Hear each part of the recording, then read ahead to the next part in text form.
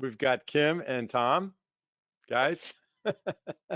And Kim, who's the CIO at Farm Bureau Insurance of Michigan. You're going to talk about system implementation journeys, correct?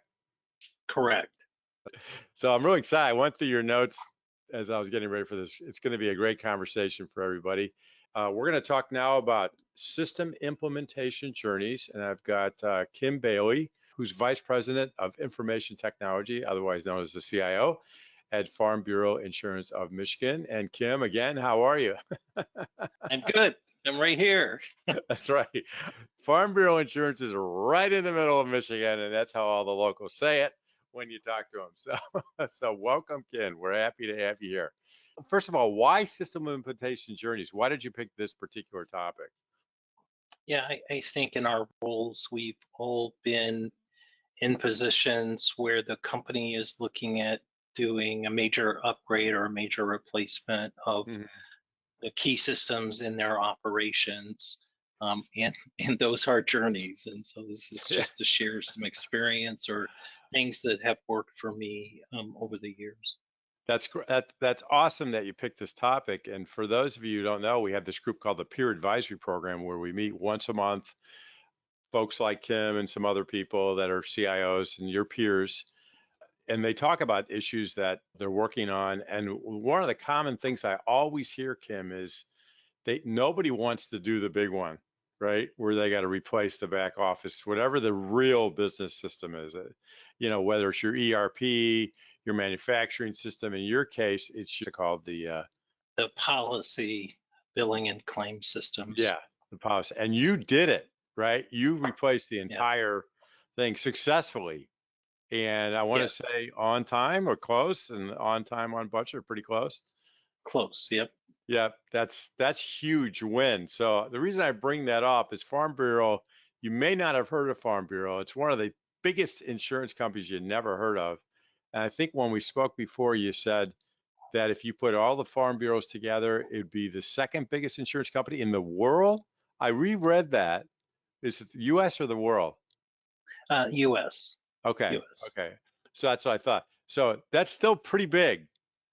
So even though we got our friends from State Farm on the news all the time, all the commercials, Farm Bureau is actually huge. And so, right? So, Yes. Yeah. yeah, so that's good. That's good to see. So it's a great organization. So let's get into it.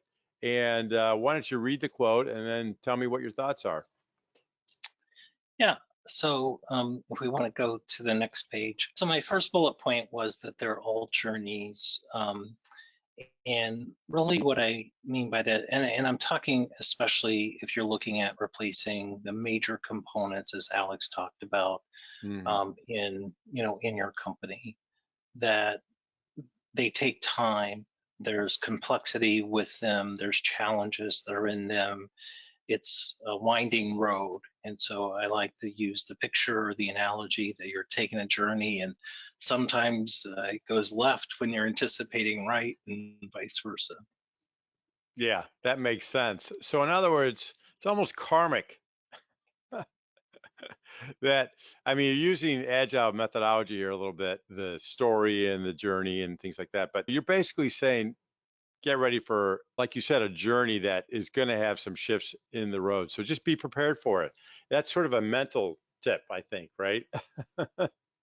Yep, yep. I think another thing before we go on to the next one, even, Yeah. is also to understand that, you know, ideally you are doing an agile process, but this may be a multi-year journey to get through everything.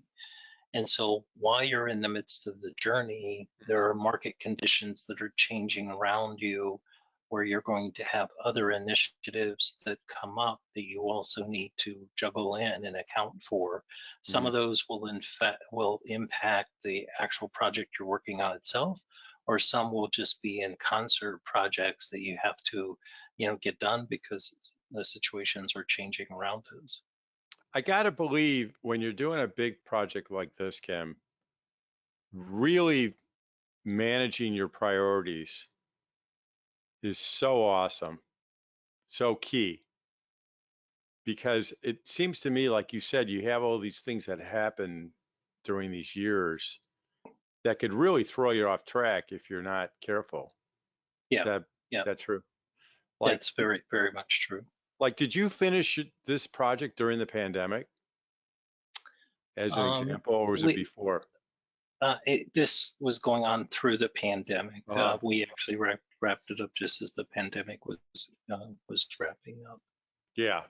So you probably had a lot of that going on. I mean, all of Yeah, a sudden yeah, you're doing this project, and all of a sudden everybody's working from home, as an example. exactly. Yep, yep. Yeah, that was no minor diversion, was it? Yeah, overnight we did it. Oh, by the way, Kim, everybody needs to work from home Monday. I can't even imagine that for everybody. So how do you balance that? That's a big turn, and you kept going. Number one, we've got to, in Yeah, our roles, we've got to understand what are the things most important to the organization yeah, and understand the ways, I think our job is to assess the ways we can and the things that we need in order to achieve it. I use a saying that, I can have a ton of people that can tell me why I can't or the yeah. problems I'm going to run into. I'm looking for the folks that can help share. Here's how we can do it. That's a great tip. Good tip. All right, well, let's move on to the next one. And I love this one.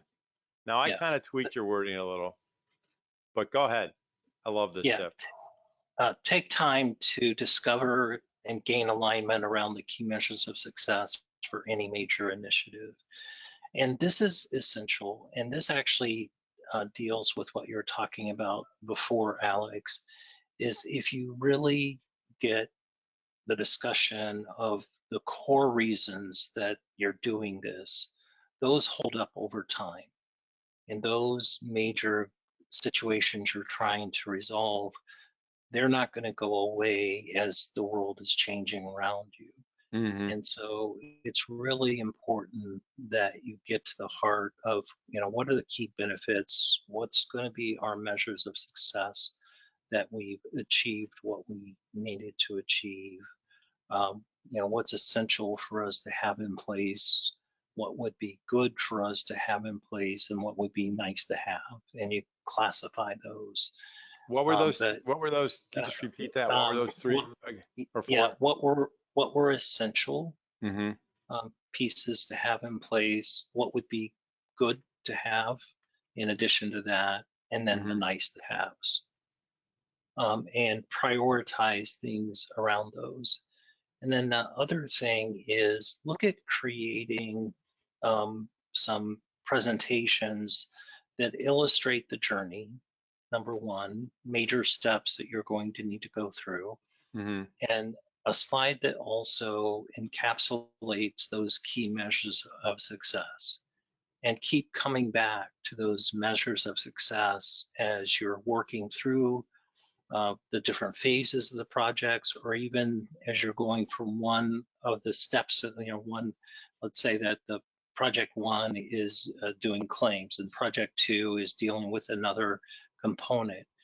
Keep coming back to those measures of success of why you're doing it, and then also illustrate your progress toward, that end goal. You're a big planner, from what I can tell. Yeah. Yeah. I think you have to become a big planner as we're going through these things. Yeah, I mean, I think I'm learning so much just from listening to you, because to really take the time to do exactly what you're saying. I haven't learned as good as you yet, but I'm trying. I'm working on it. And this is what you were talking about. Why don't you read this one and maybe make a comment about this again for Yeah. everybody? It, so we deal with technology, and, Uh-huh. we know our world, we live in our world, but we need to create plans that are consumable and understandable, in the different business areas that resonate to them on their daily functions, their accountabilities, their Mhm. responsibilities. And so creating this roadmap plan, number one, allows you to have a simple illustration of where you're heading. And as you go through that, why those different steps are critical in, achieving that journey or completing that journey. and making sure that that is in place. And so creating that visual roadmap plan and having those business terms, that will really help people understand where you're going, why you're going, be assured that there's alignment, both at that executive role and then down at that next management leadership role.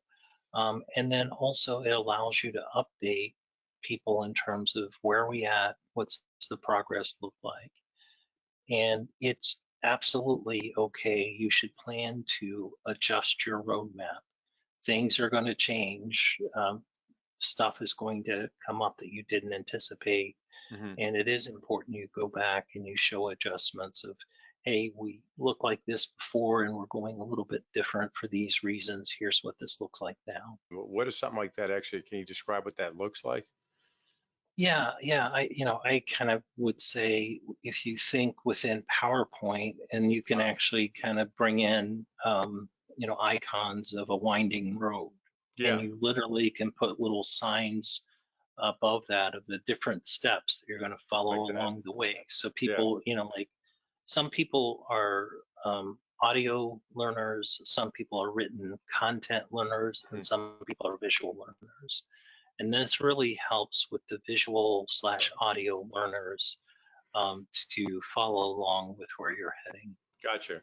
It's like a board game kind of thing is what you're It is. describing. Yep. Yeah, Yep. that's pretty cool. And then I assume you're always communicating, right, throughout this Yes. Yep. entire Yep. process, right? Yep. I think you say that. And this is one I think people have a really difficult time with sometimes. Go Yep. ahead. So be realistic in your cost and budget planning for the program. Um, Anticipate that there are going to be surprises, and so build in a buffer. Talk Hmm. about the fact that you've built in a buffer. Don't try to hide it. Be very forthright in terms of what you're Hmm. doing. And then you will face curves that you didn't plan for. The and so a couple things about this that I think are important. Hmm. So when you create the initial plan, budget, and timeline, a lot of times we're creating that initial view with little information. We don't Hmm. have all of the details of what the business is looking for, and we certainly don't have the specifics around the different phases. And so I think it's also important that you qualify the estimation you're giving. And so you can start of this is a low confidence estimation. Here are the assumptions that we have at this place. We're anticipating that this is going to, we're going to be able to provide better estimates after we get through this phase. Hmm. And then just keep coming back and doing updates, of where things are at, what things are taking in order to get done. And then also understand from the organization what levers are present. And it's time, cost, people, that all come into play, and quality. Understand what's most important to the organization, and also understand, are those shifting? Hmm. Um, like if we look at today's world, expenses are a big concern for companies because of inflation. That Yeah. may not has been as big of a concern. It's always expenses are always a concern, Yeah. but not as big a couple years ago. And Hmm. you have to be able to adjust with the market conditions that are happening. First of all, if you haven't watched Kim's interview on his page on our site, please do that because one thing that you really talk about is the fact that you're a business person first, right? Yep. And then you manage technology projects and help people Yep. through technology. Really, if you really watch his presentation, you get that will come through very clearly.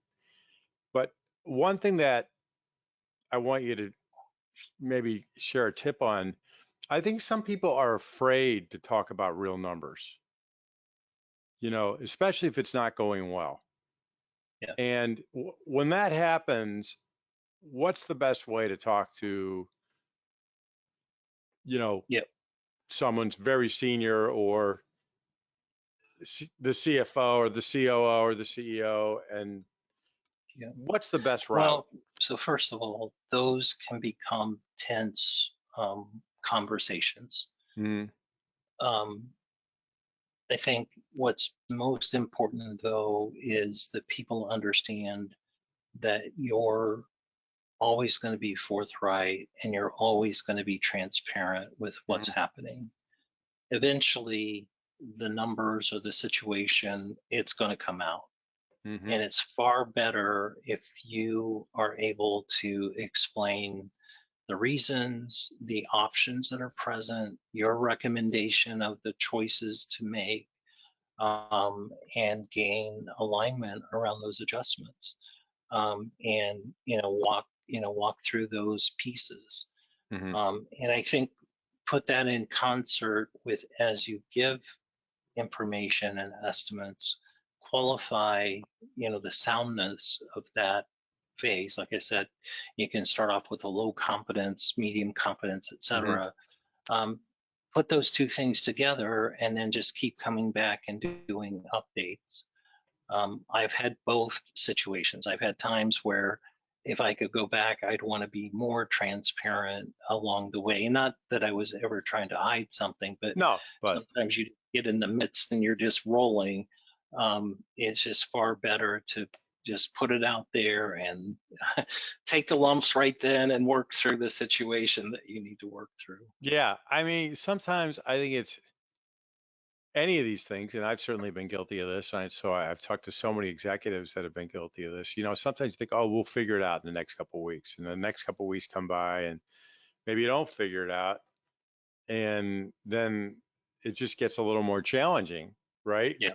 And so, I think, one thing I really was impressed with in one of our previous interviews, you call yourself a servant leader, and you sort of follow that discipline, which I've been learning about also, and I think it's really important to realize you're there to help the organization and the customers, and it really is not. It's not about you. And I think Yeah. if you can let go of that, it gives you the confidence to really just do the job. Yeah. Yeah. So I don't know if that helps or not, but if anyone's listening to this, I think that's a good tip. At least that one helps me. All right.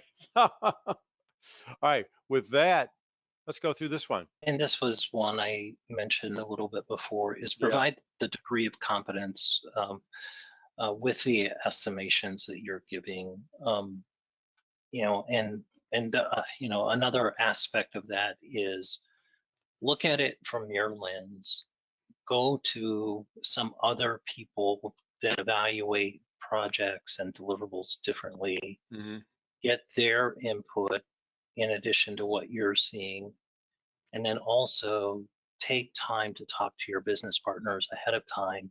Hmm. This is what we're putting together. This is what we're thinking. Does this line up? What are your thoughts? What are your concerns? Because as you build that process out and you bring people with you, they're part of actually creating what that estimation is. You're never going to see it all. You're never going to have a good enough lens to accurately just do it by yourself. Hmm. And so it's really important. And even, and I'll say it's painful at times, Yeah. look for those people that think completely opposite of you, the people that maybe annoy you the most, and go sit down and talk with them of, hey, what do you see with this? What do you see? What are your thoughts? Because they've got some great insight that can really help. God, that's a great idea. That's a tough one though, It's like you tough at said, times. because you're going to get the grief and all this other stuff Yeah, that, like you said, they annoy you, but they might have a different perspective that you just hadn't thought of, right? absolutely. Absolutely. I'm sure you learn a lot by. That's a great tip. Well, and I think for Oh, myself, go I ahead, Ron. know I'm a really glass full person. And so I need to talk to some of the pessimists at times to say, okay, what are some holes in my glass that I'm not seeing? And so, Yeah, it's important to do that. that's a great add-on that you just added, which is know yourself. Yep. Yep. I think you said that earlier. Know yourself. Yep. So that's a really good tip as part of that, and balance yourself out with team members and people that help. So the next one is to provide frequent updates on the journey. Mhm. And it's, it's really important to know your audience as you're doing that update. Know their attention span, understand how to present information to them.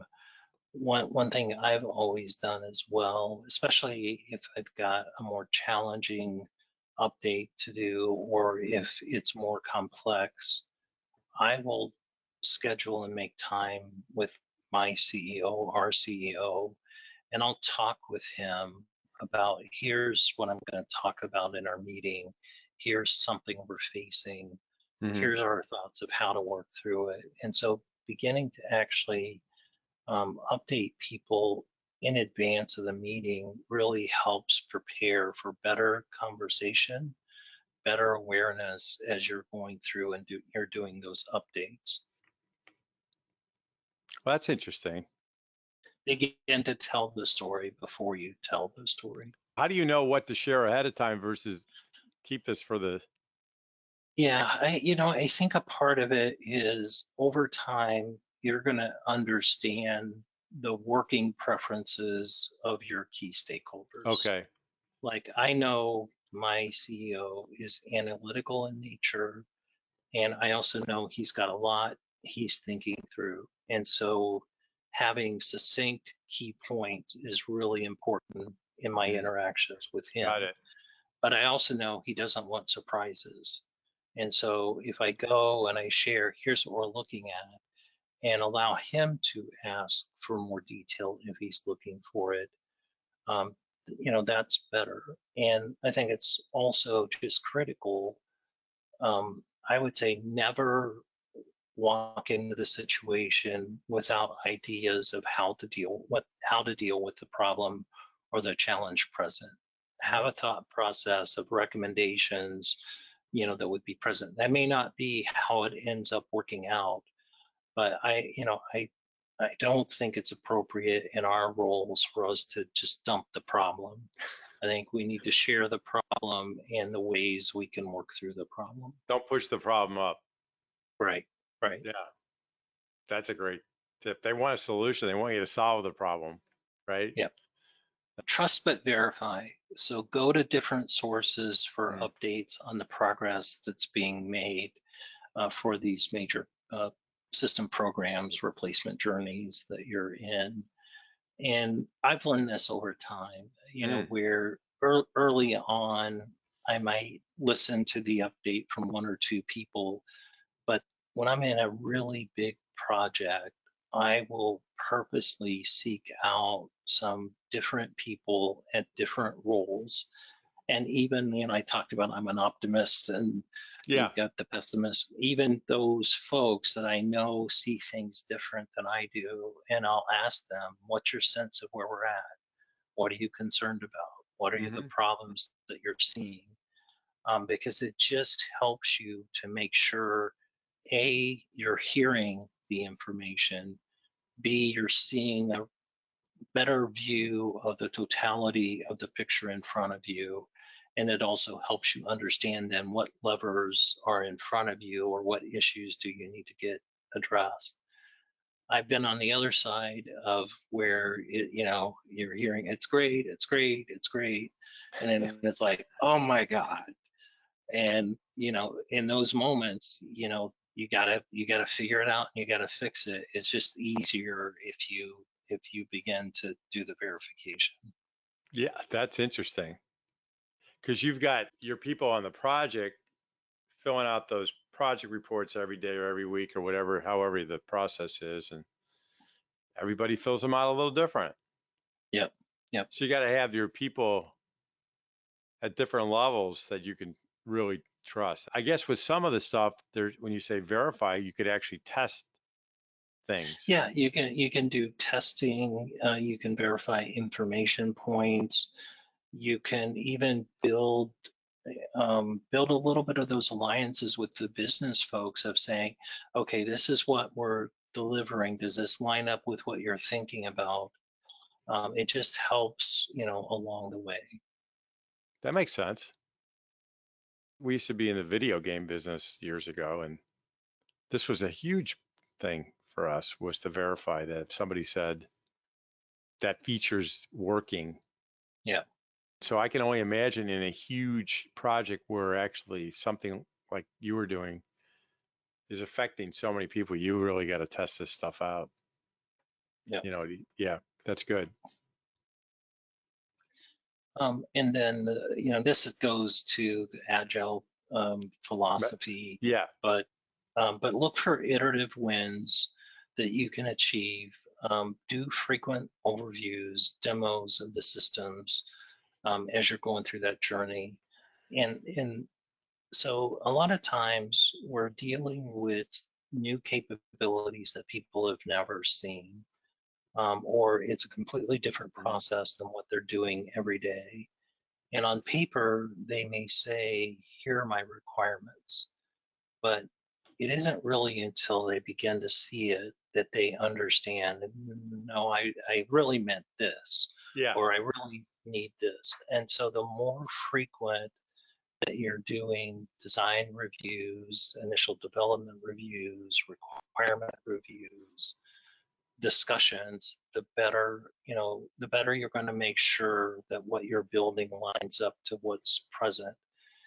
And then, some of ours are just monolithic journeys, multi-year journeys. And we had periods where um, we didn't do as good as we should have of Mhm. showing the iterative wins along the way. Oh. And I think it's really helpful to actually purposely carve out these different phases and say, okay, we've got this one done. This is complete. This is there. Versus, historically, especially when we were back more in the waterfall days, you could go off for 6 months and you're working on something and you come back and it's like, what are you even talking about? So, it's just really important to show things along the way.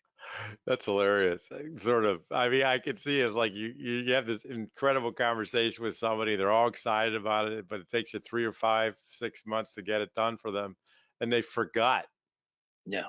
that they even wanted it. I think this is a really good tip because I could see that you definitely want to build in those wins and illustration of those wins along the way, so they're always engaged with the project at the level that you need them to be at. I think that's your last big tip. So I mean, this was awesome. I mean, for so many years of experience doing these huge projects. So make sure you watch all these tips. And if you had to go back and say, hey, what's the biggest lesson that I've learned out of all these tips? What would be Yeah. your biggest tip? Yeah, I think definitely the qualification on the estimate is just important, Uh-huh. because in the past when give it give an initial estimate and you don't have all of the information, and you don't you just say, I think it's going to be this and I think it's going to cost this. Hmm.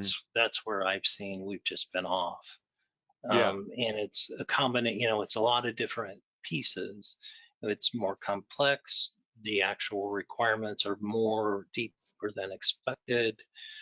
The just the effort to get there is bigger, etc. And so I think qualifying those estimates up front, and then don't don't be afraid to surface the bad news. Um, I again, I'm a positive person. I don't like conflict.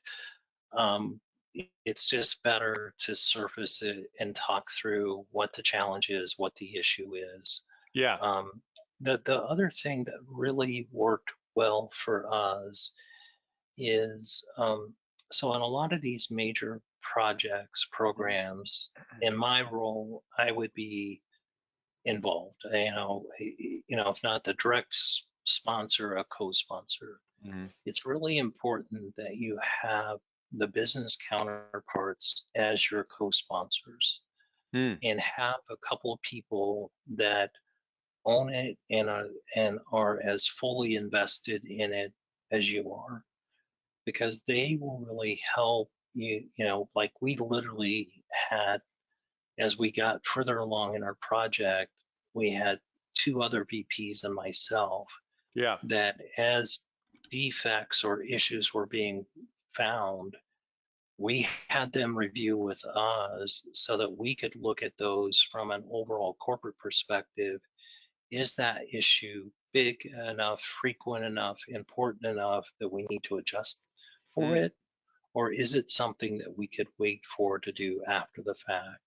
And the tighter that partnership is with those, with your, you know, your counterparts, it makes for a great outcome because you're all on the same page, you're all working toward the same goals. That's a great insight. To get that support of someone from the business side that really can help you make these judgments. So it's Yep, not just you. As one of our other members says, it's not you playing King Solomon all the time. exactly, Yeah. exactly. Yeah. That's not where you want to be. Maybe you do. Maybe some people do, but I hear what you're saying, Kim. That's good. Well, this has been awesome.